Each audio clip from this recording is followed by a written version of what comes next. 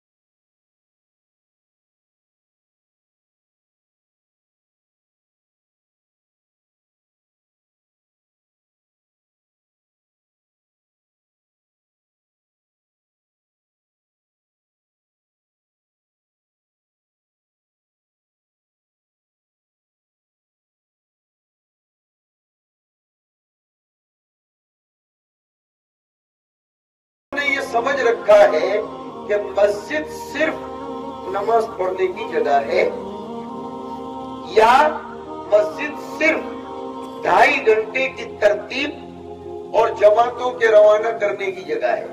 ये हमारा मस्जिद के ऊपर किया जाने वाला जुल्म है। बेशक बेशक ये सब भी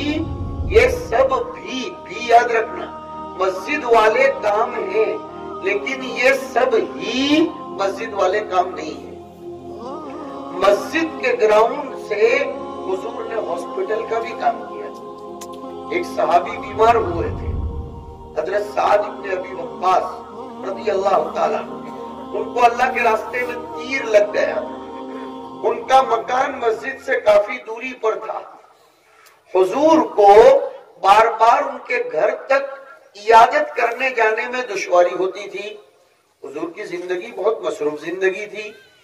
हुजूर अकरम सल्लल्लाहु अलैहि वसल्लम ने वो सहाबी की चारपाई मस्जिद के कोने में लगाई और रावी वहां कहते हैं लियऊदहु अन करीब, ताकि हुजूर करीब रहकर उनकी इयादत कर सके।